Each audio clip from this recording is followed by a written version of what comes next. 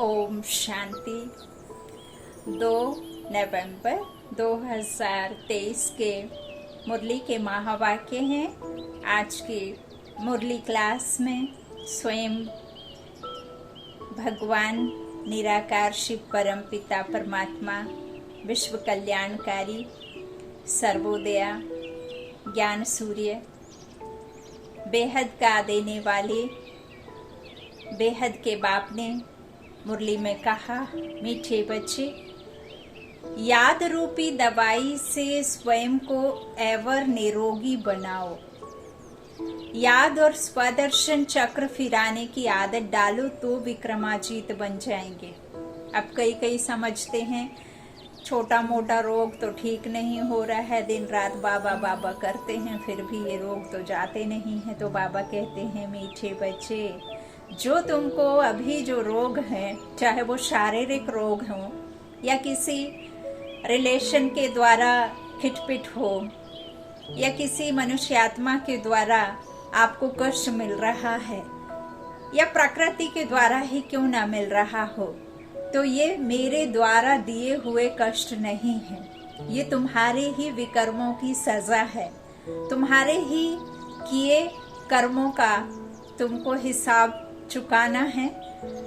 लेकिन यदि तुम मेरी याद में रह करके यह सब कर्म करते तो तुम्हारे जो पुराने हिसाब हैं वो भी कैसे हो जाएंगे, चुकाना सहज हो जाएंगे, आसानी से आप उसको चुकता कर सकते हैं। तो बाबा जो याद रूपी दवाई से स्वयं को एवर निरोगी बनाने की जो बात बाबा कहते हैं वो सतयुग की बात कहते हैं। बाबा कहते हैं जो अभी तुमको पुरुषार्थ में करा रहा हूँ और जो श्रीमत से तुम अपने कर्मों को सुधार रहे हो, कर्मों को श्रेष्ठ बना रहे हो, दैवत्व धारण कर रहे हो, तब फिर तुमको उस दुनिया का मालिक बन करके एवर निरोगी बनोगे, है ना। तो याद और स्वदर्शन चक्र फिराने की आदत डालो तो विक्रमाजीत बन जाएंगे। प्रश्न है मुरली का, जिन बच्चों को अपनी उन्नति का सदा ख्याल रहता है उनकी निशानी क्या होगी? उत्तर में बाबा ने कहा, उनकी हर एक्ट सदा श्रीमत के आधार पर होगी। बाप की श्रीमत है, बच्चे देह अभिमान में ना आओ।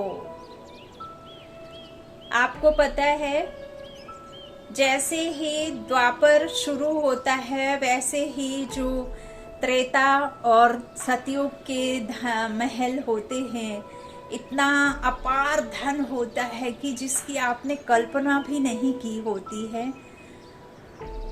सोने की दीवारें होती हैं, हीरे मोतियों से जड़े महल होते हैं, आपके कपड़ों में इतना सब कुछ जड़ाव रहता है, दूध की नदियां बहती हैं, हम क्षीर सागर में रहते हैं।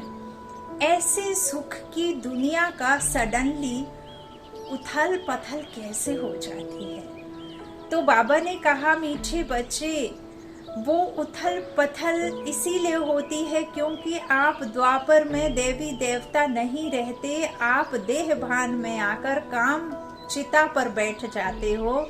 सिर्फ उतनी से वजह से, वो कारण से पूरा उथल पथल हो जाता है। तो अभी तो ये कलयुग है, कलयुग में तो क्या क्या हो रहा है। बाप बेटे को नहीं, बेटा बाप को नहीं, माँ बच्चों को नहीं, बच्चे माँ को नहीं, बहन भाई को नहीं, कोई रिश्ते यहाँ पाक नहीं है। किसी भी रिश्ते में निस्वार्थता नहीं है, बिना किसी मतलब कि कोई यहाँ किसी से मतलब रख ही नहीं रहा है। इवन माता पिता भी ऐसी इच्छा रखते हैं कि बच्चा बड़ा हो जाएगा, अभी मैं अपना कर्तव्य कर रहा हूँ, फिर मैं बूढ़ा होऊंगा तो हमें ये सहारा देगा, हमारा जो कर्तव्य है वो हम कर रहे हैं, फिर हम इनका जो कर्तव्य होगा वो जरूर हमारे को देंगे। कई फिर माता पिता ऐसे भी सोचते, क्या पता, ना जाने मैं तो इतना सब कुछ करता हूँ, जल के मर रहा हूँ, पाल रहा हूँ, अपने लिए कुछ नहीं करते हैं और हम बच्चों को सब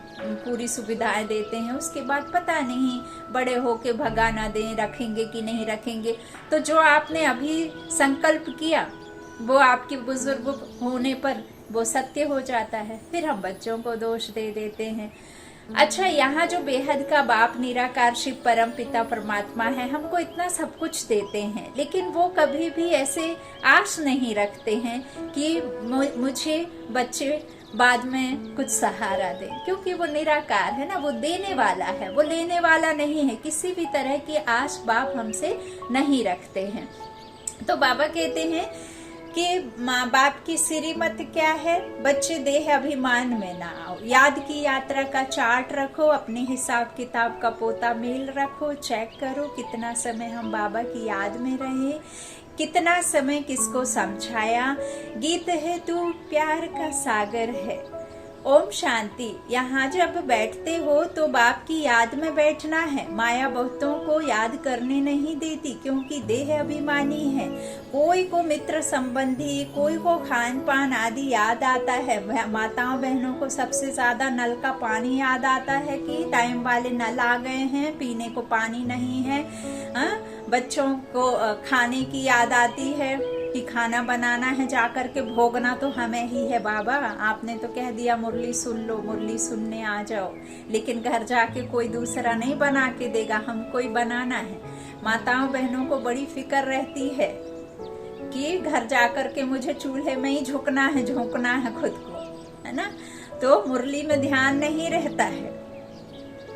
तो बाबा कहते हैं कि कोई ना कोई किसी न किसी तरह से भल बैठते हैं सम्मुख बाप के सामने, मुरली सुनते हैं, लेकिन बुद्धि यहाँ वहाँ भटकती रहती है, किसकी कहीं किसकी कहीं। तो यहाँ जब आते हो तो बाप का आह्वान करना चाहिए। घर से निकलने से पहले खुद को फरिश्ता देखो। रास्ते में जो भी मनुष्य आत्माएं मिलती हैं उनको भी फरिश्ता रूप देखो, और उनको देखो कि कैसे बाबा के बच्चे अलग अलग ड्रामा के पार्ट में, अलग अलग सीन में है। कोई कैसा है, कोई कैसा है, कोई किसी ड्रामा में है, कोई किसी ड्रामा में है, और उनको भी फरिश्ता देखते हुए चलते चलो। और बाप के पास जाते हो, मुरली सुनते हो तो निराकार विचित्र बाप को देखते हुए उस सुनाने वाली निमित्त आत्मा को भी कर्मेंद्रियों का सहारा लेकर के आत्मा ही तुम बच्चों को ज्ञान देती है। आत्मा रूपी जो बच्चा है बाबा का, वही सुनती है और वही ज्ञान बाबा से लेकर के फिर निमित्त बन देती है। तो बाबा कहते हैं इस तरह से आह्वान करना है। जैसे लक्ष्मी की पूजा होती है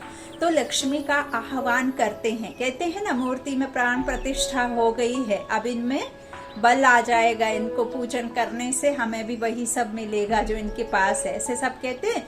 तो बाबा कहते हैं लक्ष्मी कोई आती नहीं है, यह सिर्फ कहा जाता है। तो तुम भी बाप को याद करो अथवा आह्वान करो, बात एक ही है, याद से ही विकर्म विनाश होंगे। धारणा नहीं होती है क्योंकि विकर्म बहुत किए हुए हैं। बाबा ने कारण भी समझा दिया, जिसको धारणा नहीं होती, जिससे बाबा की बुद्धि नहीं लगती है, उसने विकर्म बहुत किए हैं। जन्म जन्मांतर के उनके सर पर पाप के बोझे हैं, जिस कारण बाप को भी याद नहीं कर सकते हैं। क्योंकि आपके इस शरीर के द्वारा किए जन्म जन्मांतर के इन्हीं शरीर के सुख सुविधाओं में और इन्हीं मुसीबतों में विषय वैतरणी नदी के तरफ ही ज्यादातर आपका खिंचाव रहता है, आकर्षण वही रहता है, क्योंकि वो आपके ही किए हैं, तो हिसाब किताब आपको ही देना होता है। बाबा कहते हैं इसलिए फिर आपका उस परमात्मा के साथ में संबंध नहीं जुड़ पाता है। तो इस तरह बाबा कहते हैं धारणा नहीं होती है क्योंकि विकर्म बहुत किए हुए हैं, जिस कारण बाप को याद नहीं कर सकते हैं। जितना बाप को याद करेंगे उतना विकर्माजीत बनेंगे, विकर्मों को जीतने वाले। हेल्थ मिलेगी, है बहुत सहज, परंतु माया अथवा पास्ट के विकर्म रुकावट डालते हैं। बाप कहते हैं तुमने आधा कल्प अयथार्थ याद किया है। जब हमें सिर्फ परमात्मा को हम जानते थे, मानते थे, पहचानते नहीं थे, शक्ति नहीं थी, हाँ भक्ति थी लेकिन शक्ति नहीं थी। यथार्थ अर्थात बाबा को हम जानते ही नहीं थे कि वो कैसा है, कहाँ है, कौन है, कब आता है, क्या करता है ना। तो बाबा कहते हैं वो आयथार्थ है। अभी तो प्रैक्टिकल में आह्वान करते हो, क्योंकि जानते हो आने वाला है, मुरली सुनाने वाला है, परंतु यह याद की आदत पड़ जानी चाहिए। एवर निरोगी बनाने लिए सर्जन दवाई देते हैं कि मुझे याद करो, फिर तुम मेरे से आकर मिलेंगे, मुझे याद करने से ही वर्षा पाएंगे। बाप और स्वीट होम को याद करना है, जहाँ जाना है वह बुद्धि में रखना है। हम कहीं जाते हैं, तीर्थ पे ही जाते हैं या कहीं भी हम ऐसी जगह जाते हैं, तो जैसे जैसे हम नजदीक पहुंचते जाते हैं वैसे वैसे हमें कौन याद आता है, जिधर हमें जाना होता है ना। तो यहाँ भी हम बाप के पास हैं तो बाबा को याद करना है ना, तो बुद्धि में उनको ही रखना है। बाप ही यहाँ आकर सच्चा पैगाम देते हैं, और कोई भी ईश्वर का पैगाम नहीं देते हैं। वह तो यहाँ स्टेज पर पार्ट बजाने आते हैं और ईश्वर को भूल जाते हैं, ईश्वर का पता नहीं रहता है उनको। वास्तव में पैगंबर मैसेंजर कह नहीं सकते।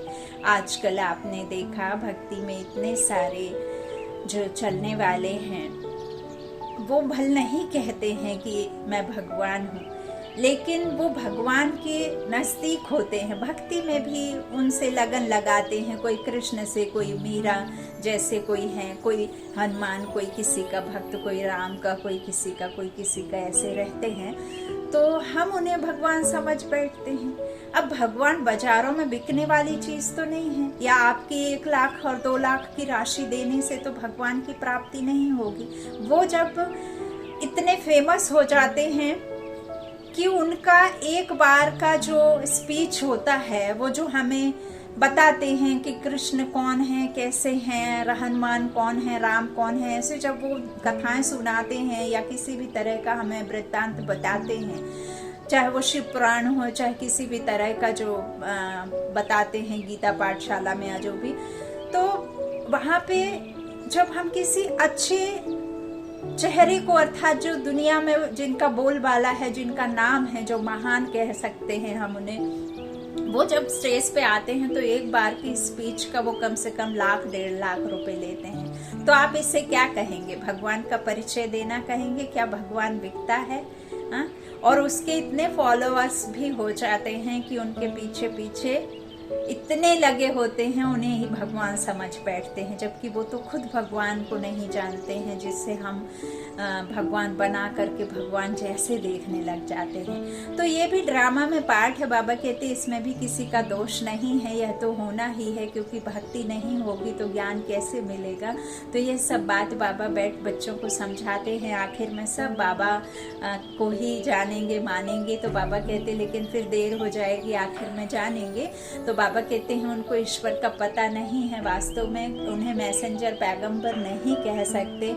बाबा का पैगंबर मैसेंजर तो सच में ब्रह्मा बाप है ना, फिर उनके और भी निमित्त बच्चे बने, तो यह तो मनुष्यों ने नाम लगाए हैं, वह तो यहाँ आते हैं, उनको अपना पाठ बजाना है। तो याद फिर कैसे करेंगे? पाठ बजाते पतित बनना ही है, फिर अंत में पावन बनना है।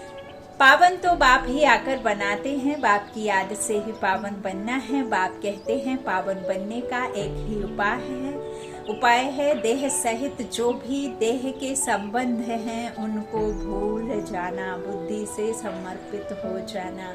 तुम जानते हो मुझे आत्मा को याद करने का फरमान मिला है, उस पर चलने से ही फरमान बरदार कहा जाएगा। जो जितना पुरुषार्थ करते हैं उतना फरमान बरदार हैं।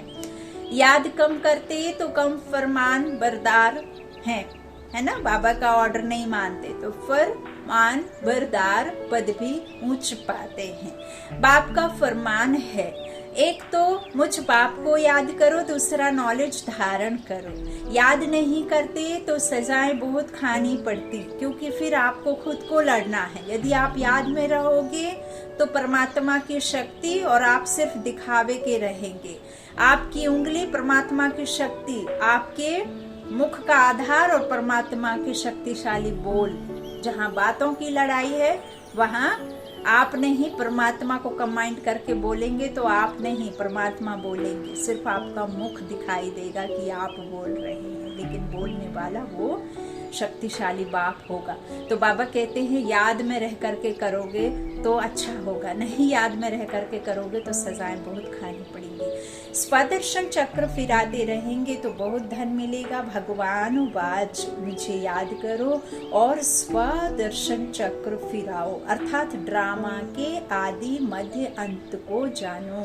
मेरे द्वारा मुझे भी जानो और सृष्टि के आदि मध्य अंत का चक्र भी जानो। दो बातें मुख्य हैं, इस पर अटेंशन देना है। श्रीमत पर पूरा अटेंशन देंगे तो उच्च पद पाएंगे। रहम दिल बनना है, सबको रास्ता बताना है, कल्याण करना है। मित्र संबंधियों आदि को सच्ची यात्रा पर ले जाने की युक्ति रचनी है। वह है जिस्मानी यात्राएं, यह है रूहानी यात्रा। यह स्पिरिचुअल नॉलेज कोई के पास नहीं है, वह है सब शास्त्रों की फिलॉसफी। यह है स्पिरिचुअल रूहानी नॉलेज। इस स्पिरिचुअल नॉलेज में कोई पूजा पाठ भक्ति ये सब नहीं है। पूजा पाठ भक्ति से परे ते परे है ये आत्मा का नॉलेज। तो बाबा कहते हैं ये स्पिरिचुअल रूहानी नॉलेज, सुप्रीम रूह यह नॉलेज देते ही है रूहों को समझा कर वापस ले जाने के लिए। कई बच्चे यहाँ आकर बैठते हैं तो कोई लाचारी बैठते हैं, है ना, कि बाबा ने कह दिया, बाबा से वादा किया है नहीं करेंगे तो सजा मिलेगी। अब बाप क्या सजा देगा? अपनी स्व उन्नति का कुछ भी ख्याल नहीं है, आपका ही अकल्याण है। देह अभिमान बहुत है। मुझे नहीं पूछा, हाँ, बंदर की पूंछ तो बता दी, मनुष्यों को नहीं पूछा तो नाराज हो जाते हैं। तो पूंछ बंदर की या मनुष्यों की? हाँ, बंदर तो नहीं कहता मुझे नहीं पूछा। देह अभिमानी हो तो रहम दिल बने, श्रीमत पर चले। देही अभिमानी है ही नहीं। बाबा कहते देही अभिमानी हो तो रहम दिल बने ना, श्रीमत पर चले। जब आप परमात्मा को समझ लेते हैं और खुद को आत्मा निश्चय कर लेते हैं तो फिर आप कभी भी किसी के ऊपर किसी भी तरह से लड़ाई या किसी भी तरीके से किसी के प्रति अशुभ भावना, इस तरह से उनको नीचे दिखाना, नीचे देखना बिल्कुल भी नहीं सोचेंगे, क्योंकि आप में और उनमें आत्मिक स्नेह होने के कारण, और वो कारण है कि आप एक पिता की संतान हैं और भाई भाई कभी आपस में लड़ ना सके। लेकिन जब तक आपको निश्चय नहीं है, देही अभिमानी हो तो रहम दिल बने। बाबा कहते श्रीमत पर चले। फरमान वरदार नहीं है। बाप कहते हैं अपना चार्ट लिखो, कितना समय याद करते हैं, किस किस समय याद करते हैं। आगे चार्ट रखते थे। अच्छा, बाबा को ना भेजो, अपने पास तो चार्ट रखो। बाबा तो वाईफाई है, आप यहाँ लिखना शुरू करेंगे, वहां वो सुन लेंगे। बाबा की कोई भाषा नहीं है, बाबा मौन भाषा ही समझता है। हाँ, तो बाबा के कहते हैं कि मुझे नहीं भेजो, अपने पास रखो, अपनी शक्ल देखनी है। हम लक्ष्मी को वरने लायक बने हैं। व्यापारी लोग अपने पास पोता मेल रखते हैं। कोई कोई मनुष्य अपने सारे दिन की दिनचर्या लिखते हैं। क्यों लिखते हैं? उनको बाबा कहते एक हॉबी रहती है लिखने की, है ना। कई कई हम भी बचपन में डायरी लिखा करते थे, हॉबी जैसा हर कोई लिखा करता था, है ना। तो ये जो पोता मेल रखते हैं, बिजनेस वाले, दुकान वाले, ये सब जो करते हैं, है ना, खाता साल के साल बदलते हैं, दिवाली पर नए लाते हैं, इस तरह से। कोई दुकानों में जो रोज हिसाब किताब जरूर लिखते। क्यों लिखते हैं? यूं ही टाइम पास के लिए। टाइम पास के लिए नहीं लिखते हैं। वो जब दिन भर का पूरा लिखते हैं तो उनको ये पता चलता है कि कहाँ हमने ज्यादा दिया, कहाँ हमने कम लिया, कहाँ हमसे भूल हुई, कहाँ क्या हिसाब किताब में गड़बड़ी हुई। तो वो इसलिए लिखते हैं ताकि वो दूसरे दिन उसको करेक्शन कर सकें, दूसरे दिन वो गलतियां ना हो जो आज हुई हैं। इसलिए हिसाब किताब रखते हैं। तो बाबा क्या कह रहे हैं कि ये अच्छी बात है ना, दिनचर्या लिखते हैं। यह हिसाब किताब रखना तो बहुत अच्छी बात है। कितना समय हम बाबा की याद में रहे, कितना समय किसको समझाया, ऐसा चार्ट रखें तो बहुत उन्नति हो जाए। बाप राय देते हैं ऐसे ऐसे करो, है ना। मुरलियों में बाबा युक्तियां देते हैं। बच्चों को अपनी उन्नति करनी है, माला का दाना जो बनते हैं उनको पुरुषार्थ बहुत करना है। बाबा ने कहा था ब्राह्मणों की माला अभी नहीं बन सकती, उनकी स्थिति ऊपर नीचे होती है, इसीलिए ब्राह्मणों की माला नहीं बनती। गायन भल है लेकिन उनकी माला का झाप नहीं होता, अंत में बनेगी जब रुद्र की माला बनेगी। ब्राह्मणों की माला के दाने बदलते रहते हैं, आज तो 3-4 नंबर में हैं, कल वह लास्ट में चले जाते हैं। कितना फर्क हो जाता है। कोई गिरते हैं तो दुर्गति को पा लेते, माला से तो गए, प्रजा में भी बिल्कुल चांडाल जाकर बनते हैं। अगर माला में पिरोना है तो उसके लिए बड़ी मेहनत करनी पड़े।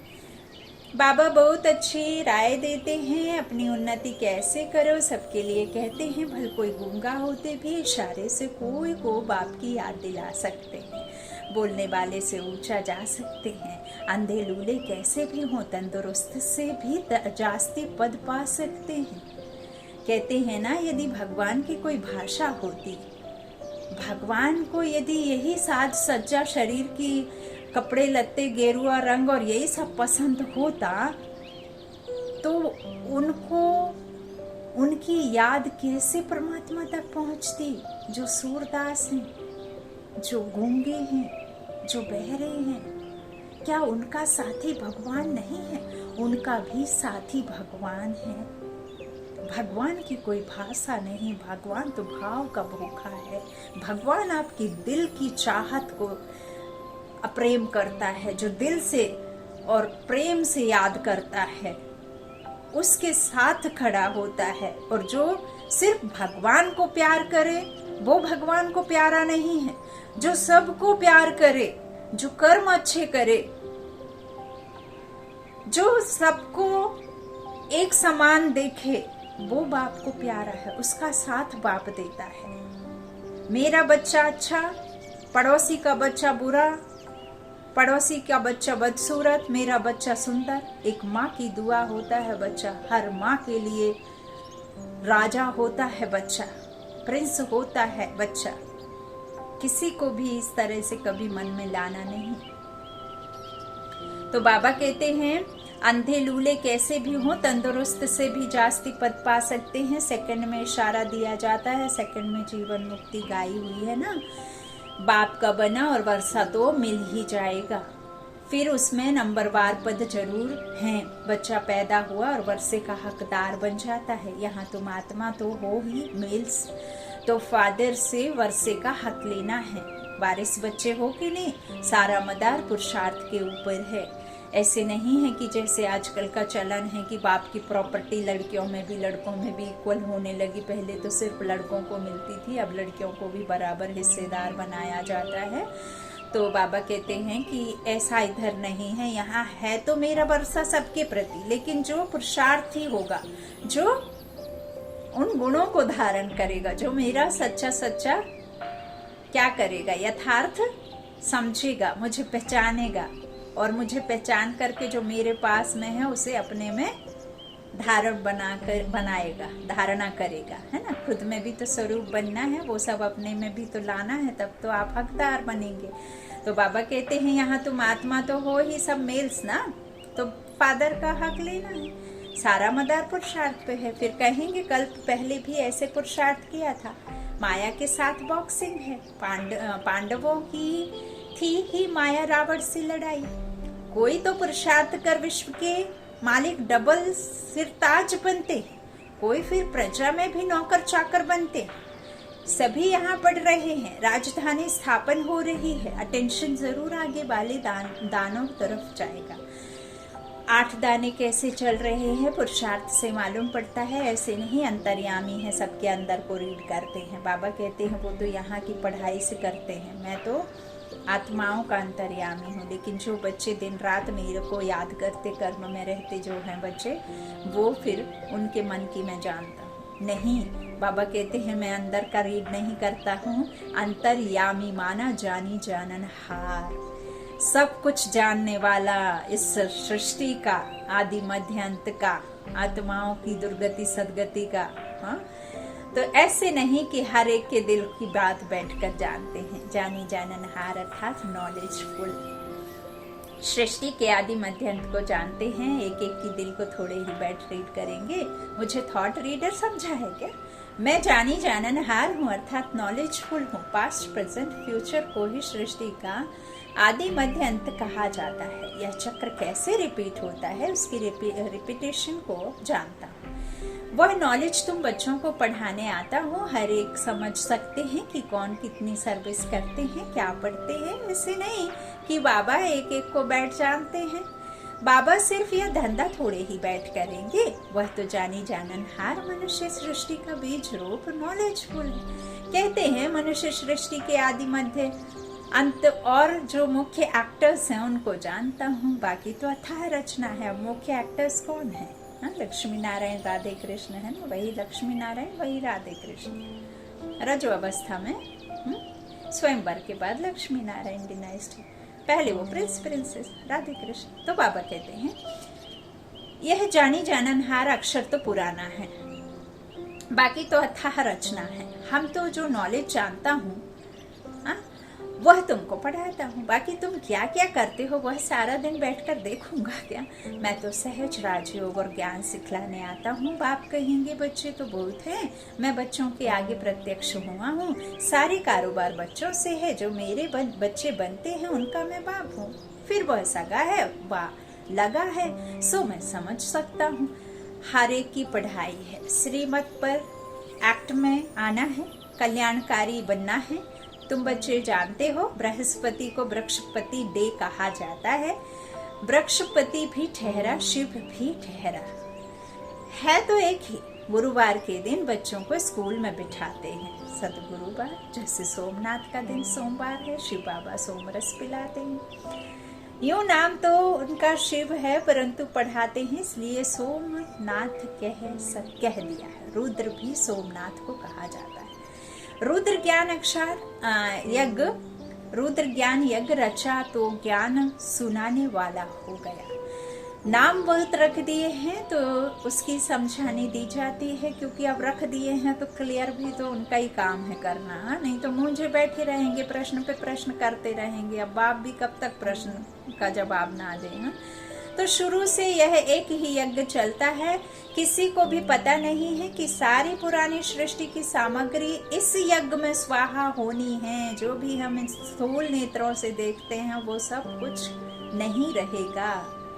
जो भी मनुष्य हैं, जो कुछ भी हैं, तत्वों सहित सब परिवर्तन होना है। परिवर्तनशील अखंड है भारत, अखंड है प्रकृति, लेकिन परिवर्तनशील है हर चीज, हर वस्तु। तो यह भी बच्चों को देखना है। देखने वाले बड़े महावीर चाहिए। कुछ हो जाए भूलना नहीं है। मनुष्य तो हाय हाय त्राही त्राही करते रहेंगे। पहले पहले तो समझाना है, थोड़ा ख्याल करो। सतयुग में एक ही भारत था। मनुष्य बहुत थोड़े थे। ना पंजाब था, ना दिल्ली, ना मुंबई थी, ना कोलकाता था, ना दूसरे देश थे। बाबा कहते बाय प्लॉट है सब कुछ खलास। अभी कलयुग अंत तक कितने धर्म हैं यह बाबा कहते हैं कहाँ तक चलेंगे। कलयुग के बाद जरूर सतयुग होगा। अभी सतयुग की स्थापना कौन करेगा? रचता तो बाप ही है। सतयुग की स्थापना और कलयुग का विनाश होता है। एक धर्म की स्थापना, अनेक धर्म का विनाश। यह विनाश सामने खड़ा है। अभी तुम्हें बाप द्वारा पास्ट प्रेजेंट फ्यूचर का नॉलेज मिलता है। यह स्वदर्शन चक्र फिराना है। बाप और बाप की रचना को याद करना है। कितनी सहज बात है। गीत है तू प्यार का सागर। चित्रों में ocean of knowledge, ocean of bliss लिखते हैं। उसमें ओशन ऑफ लव अक्षर जरूर आना चाहिए। बाप की महिमा बिल्कुल अलग है। सर्वव्यापी कहने से महिमा को ही खत्म कर देते हैं। तो ओशन ऑफ लव अक्षर जरूर लिखना है। प्यार का सागर है ना। तो यह बेहद के माँ बाप का प्यार है, जिसके लिए ही गाते हैं तुम्हारी कृपा से सुख घनेरे, परंतु जानते नहीं हैं। अब बाप कहते हैं तुम मेरे को जानने से सब कुछ जान पाओगे। मैं ही सृष्टि के आदि मध्य अंत का ज्ञान समझाऊंगा। एक जन्म की बात नहीं, सारे सृष्टि के पास्ट प्रेजेंट फ्यूचर को जानते हैं। तो कितना बुद्धि में आना चाहिए। जो देही अभिमानी नहीं बनते हैं उन्हें धारणा भी नहीं होती है। सारा कल्प देह अभिमान चला है। सतयुग में भी परमात्मा का ज्ञान नहीं रहता है। यहाँ पाठ बजाने आए और परमात्मा का ज्ञान भूल गए। यह तो समझते हैं आत्मा एक शरीर छोड़ दूसरा लेती है, परंतु वहां दुख की बात नहीं है। अच्छा देखो, बाबा ने ये बहुत गुहा बात बोली कि जैसे ही यहाँ पाठ बजाने आए और परमात्मा का ज्ञान भूल गए। आदि से शुरुआत होती है ना पाठ बजाने की, और आदि में ही उस भगवान को याद नहीं करते हैं, और द्वापर में करना शुरू भी करते हैं, लेकिन अयथार्थ पता नहीं होता है ना, इनडायरेक्ट। फिर हमें संगम पर ही उसकी याद आती है, और उसको जानने का और उसको पहचानने का, उसकी पालना, सब कुछ हमें संगम पर ही जब बाप आए तभी मिलती है। तो बाबा कहते हैं यह तो समझते हैं आत्मा एक शरीर छोड़ दूसरा लेती है, परंतु वहां दुख की बात नहीं है। यह बाप की महिमा है। ज्ञान का सागर, प्रेम का सागर है। एक बूंद है मन मना भव मध्याजी भव। यह मिलने से हम विषय सागर से क्षीर सागर में चले जाते हैं। कहते हैं ना, स्वर्ग में दूध घी की नदियां बहती हैं। यह सब महिमा है। बाकी नदी कोई दूध घी की थोड़ी ही हो सकती है। बरसात में तो निकलेगा, पानी निकलेगा, जरूर निकलेगा। घी कहाँ से निकलेगा? बादलों से घी थोड़े निकलेगा। तो बाबा कहते हैं यह बड़ाई दी हुई है। यह भी तुम जानते हो स्वर्ग किसको कहा जाता है। भल अजमेर में मॉडल है, परंतु समझते कुछ भी नहीं। तुम कोई को भी समझाओ तो झट समझ जाएंगे। जैसे बाप को आदि मध्य अंत का ज्ञान है, वैसे तुम बच्चों को बुद्धि में भी फिरना चाहिए। तभी तो तुम दोनों को बाकियों को फिरा पाओगे। तो बाप का परिचय देना, एक्यूरेट महिमा सुनानी है। उनकी महिमा अपरंपार है। यह सब एक समान नहीं हो सकते। हर एक को अपना अपना पार्ट मिला हुआ है। आगे चल देखेंगे दिव्य दृष्टि में जो बाबा ने दिखाया है वह फिर प्रैक्टिकल होना है। स्थापना और विनाश का साक्षात्कार कराते रहते हैं। अर्जुन को भी दिव्य दृष्टि से साक्षात्कार कराया था, फिर प्रैक्टिकल में देखा। तुम भी इन आंखों से विनाश देखेंगे। जो अभी सच्ची महाभारत की लड़ाई लगी हुई है, आगे और भी लगेगी। तो वैकुंठ का साक्षात्कार किया है, वह भी जब प्रैक्टिकल में जाएंगे तो फिर साक्षात्कार बंद हो जाएगा। फिर अच्छी अच्छी बातें समझाते हैं जो फिर बच्चों को औरों को समझानी है। बहनों भाइयों, आकर ऐसे बाबा से वर्षा लो इस ज्ञान और योग के द्वारा। गीत भी है ना, ज्ञान योग के मार्ग पर हम बुलाते तुम्हें, आओ बहनों बनो राजयोगी।